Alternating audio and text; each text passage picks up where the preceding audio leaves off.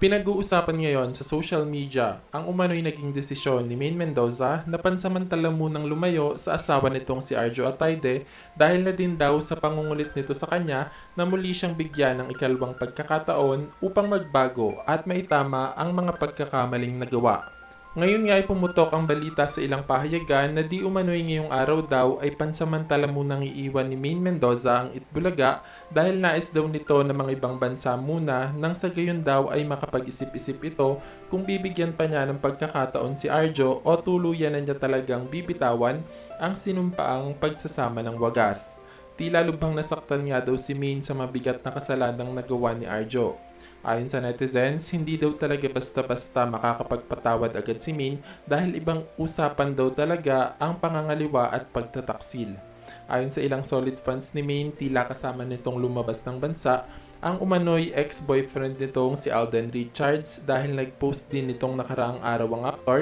na nais niya munang mag-break sa trabaho at makapag-relax-relax sa ibang bansa. Naghinala nga ang netizens na baka daw magkasamang lumabas ng bansa sina Min at Alden dahil hindi naman daw lingid sa kaalaman ng lahat na mayroon pa ring connection ang mga ito sa isa't isa at hindi din daw naniniwala ang karamihan na wala ng pagtingin si Alden kay Min Mendoza.